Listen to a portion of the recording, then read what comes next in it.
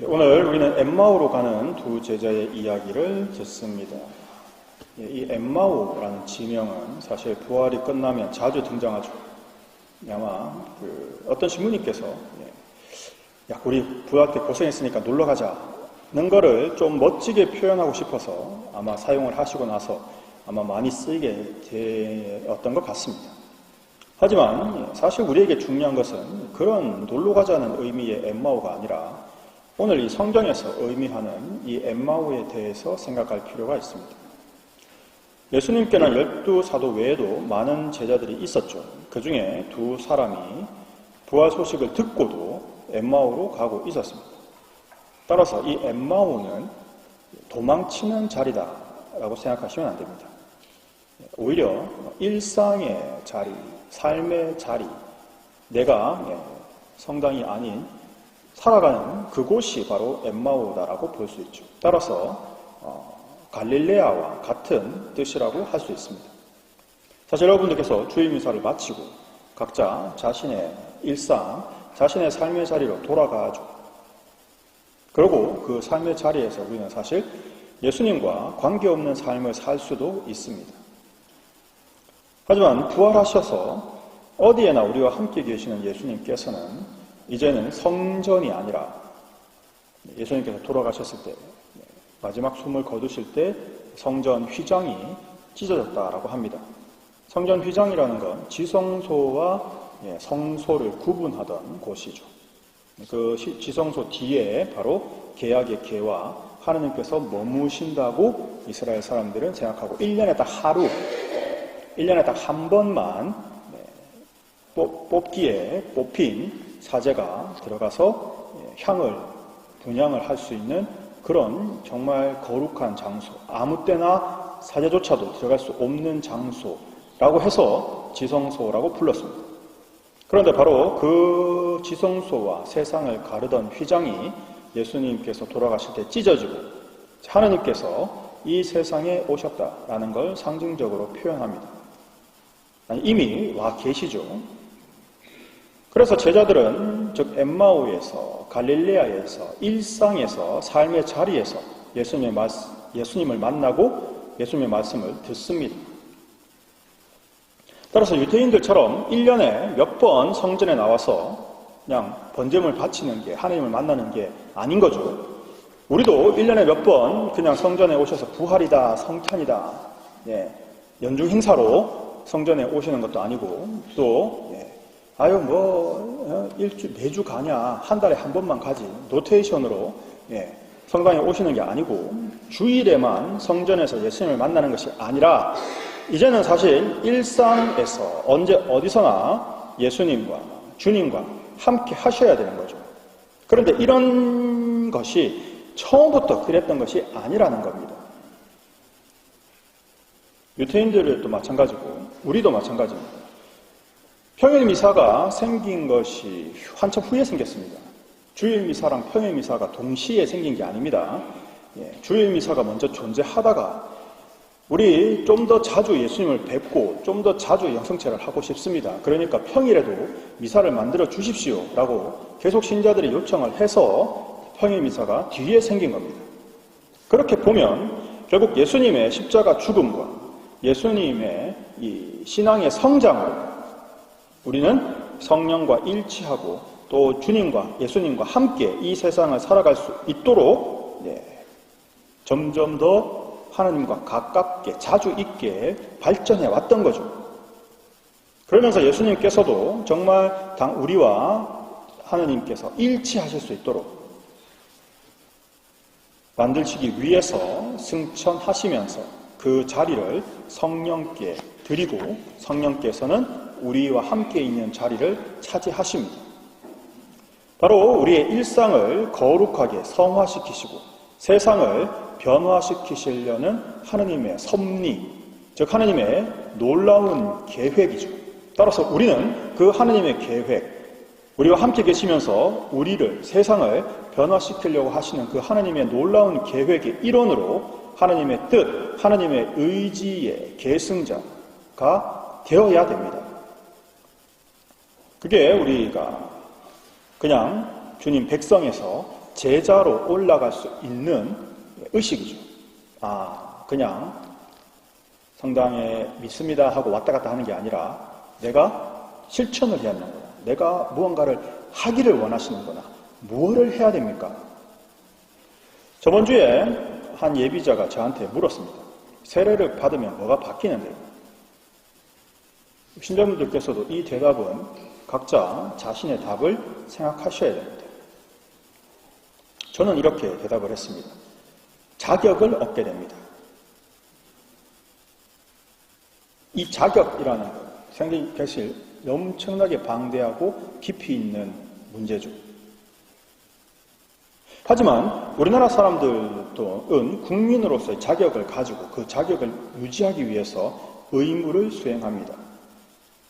이 자격이라고 하는 것은 결국 백성에서 제자로, 제자에서 자녀로, 자녀에서 완전한 일치로 갱신되고 성장하고 발전해 나가게 되죠. 그래서 이걸 좀 더 도식화하고 여러분들이 쉽게 평상시에 접할 수 있는 말로 합쳐드린 것이 바로 마침 영방송의 길입니다.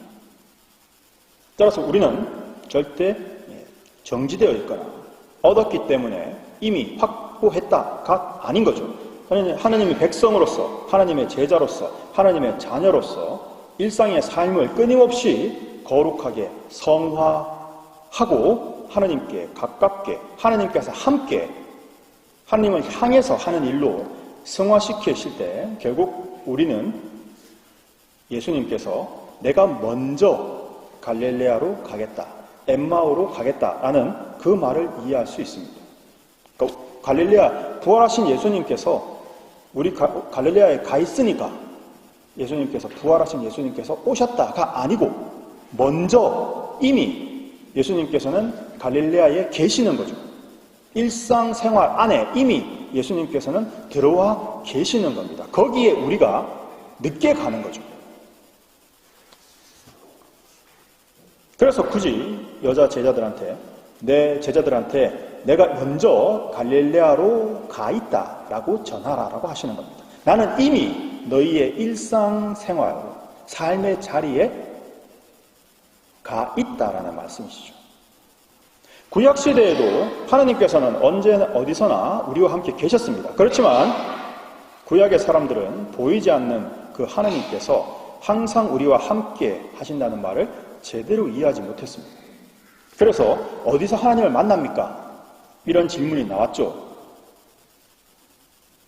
그러니까 예루살렘 성전에 계십니다 라는 형태로, 또는 저 산에 있습니다 라는 형태로 이야기를 하게 되는 겁니다.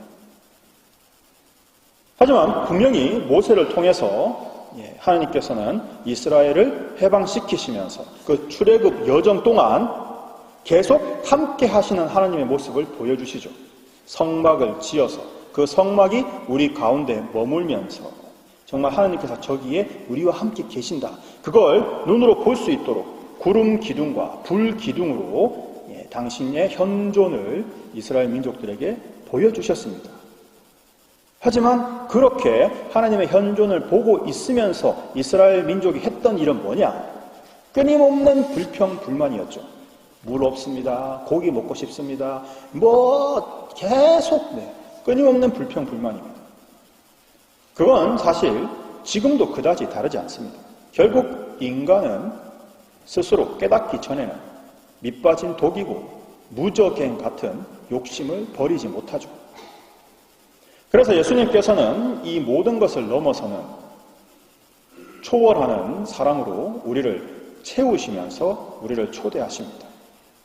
우리 인간의 욕심이 어떻게 시작이 되었고 어떻게 커져갔으며 어떤 결과를 낳았고 그래서 결국 어떻게 바꿀 수 있는가. 그리고 그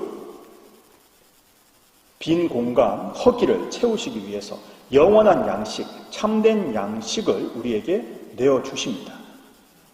그것도 당신의 몸과 피로 말이죠. 따라서 우리가 지금 계속하고 있는 이 33일간의 봉헌을 위한 준비에서 첫 번째 12일 동안 세속 정신을 묵상하면서 우리가 정말 얼마나 세속 정신에 찌들어 있느냐, 물들어 있느냐를 묵상을 하게 되는 거죠. 그리고 정말 이 밑빠진 독, 무적행 같은 내 마음을 깨닫고 세상이 속삭이는 그 욕심들, 그 유혹들이 사실은 절대 채워질 수 없는 거다. 허무하고 허상이다 라는 것을 고백하고 그 영향에서 벗어나게 해달라고 기도하면서 성모님께 간구를 청하는 겁니다. 오늘 다시 이 복음 메시지로 돌아오면은 우리가 화답송에서 기도했듯이 주님, 당신은 저에게 생명의 길을 가르치시나이다 라고 고백합니다. 즉 주님께서 우리를 생명의 길, 주님께로 향하는 길을 끊임없이 지금도 가르쳐주고 계시다는 거죠. 그러니까 앞에 제가 말씀드렸던 이 강론이 결국 우리가 어떠한 형태로 주님께 생명의 길을 배우고 있느냐는 걸 알려주고 그게 일상생활까지 도착해야 된다라는 게 바로 엠마오, 갈릴레아라는 겁니다. 따라서 주님께서 가르쳐주신 이 생명의 길을 부활의 기쁨으로 타오르는 마음으로 충실히 걸어가야 합니다. 우리의 일상인 엠마오와 갈릴레아에서 예수님과 성령과 함께 평화, 주님의 평화, 즉 하느님의 상태가 되도록 자신을 변화시켜 나가는 것이 바로 우리 제자들의 사명이죠. 우리는 이렇게 하나님의 창조 사업, 구원 사업에 동참하고 나를 변화시키고 우리를 변화시키고 세상을 변화시켜서 주님의 평화가 가득한 세상을 만들어 갑시다. 이것이 예수님께서 제자들을 통해서 이 세상에 남겨주신 우리의 사명이기 때문입니다. 세례로 얻게 된 생명, 세례로 얻게 된 은총, 세례로 얻게 된 사랑을 더욱 널리, 더욱 많은 사람에게 퍼져나가게 하는 것, 세상의 평화를 세우는 것, 이것이 바로 우리의 사명이죠. 즉 우리의 일상의 우리의 삶의 자리, 즉 엠마오와 갈릴레아의 복음의 기쁜 소식이 울려 퍼지게 하는 것입니다. 이렇게 온 세상을 주님의 평화가 넘치는 곳으로 만들어 가야 하는 거죠. 지금 세상을 한번 둘러보십시오. 너무나 많은 고통과 전쟁의 포성, 예전에는 날아오는 포탄만 무서워하면 됐는데 이제는 엥 하는 저 드론 소리가 전장의 공포가 되었습니다. 그리고 보이지 않게, 들리지 않게 우리 인간의 자리를 파고들고 있는 저 AI의 소리로 사람들은 정말 비명을 지르며 아파하고 있습니다. 그걸 정말 잘 보여주는 모습이 바로 트럼프가 자기 스스로 예수님인 척 하면서 병자에게 손을 얹어서 나숫는 그런 합성 사진을 올렸죠. 사람들이 너무나 반대를 하고 욕을 먹으니까 무서워가지고 했는지 아니면 어쨌는지 몇 시간 만에 사진을 삭제했습니다. 하지만 이것만큼은 확실합니다. 지금 세상은 치유자가 필요합니다. 뭔가 병들어가고 있죠. 따라서 교황님께서 지금 아프리카 순방을 하시면서 계속 메시지를 내고 계시는 이 평화를, 주님의 평화를 우리는 세상에 가져와야 되고 지도자들의 회개를 위해서 기도하자라고 하는 이 가르침, 이 메시지를 우리는 기억해야 됩니다. 그리고 함께 해야 됩니다. 왜냐하면 그것이 오늘 엠마오, 갈릴레아, 즉 우리의 일상을 거룩하게 바꾸어야 하는 우리의 사명과 연결되는 거기 때문입니다. 정말 세상에 주님의 평화가 오길 기도합시다. 주님께서 우리와 함께 하시길 기도합시다. 정말 우리의 일상생활, 우리 삶의 자리가 정말 거룩하고 주님께서 함께 계시는 자리로 변화되도록 기도합시다. 주님의 평화가 우리 모두에게 온 세상에 이루어지길 간절히 기도합니다. 아멘.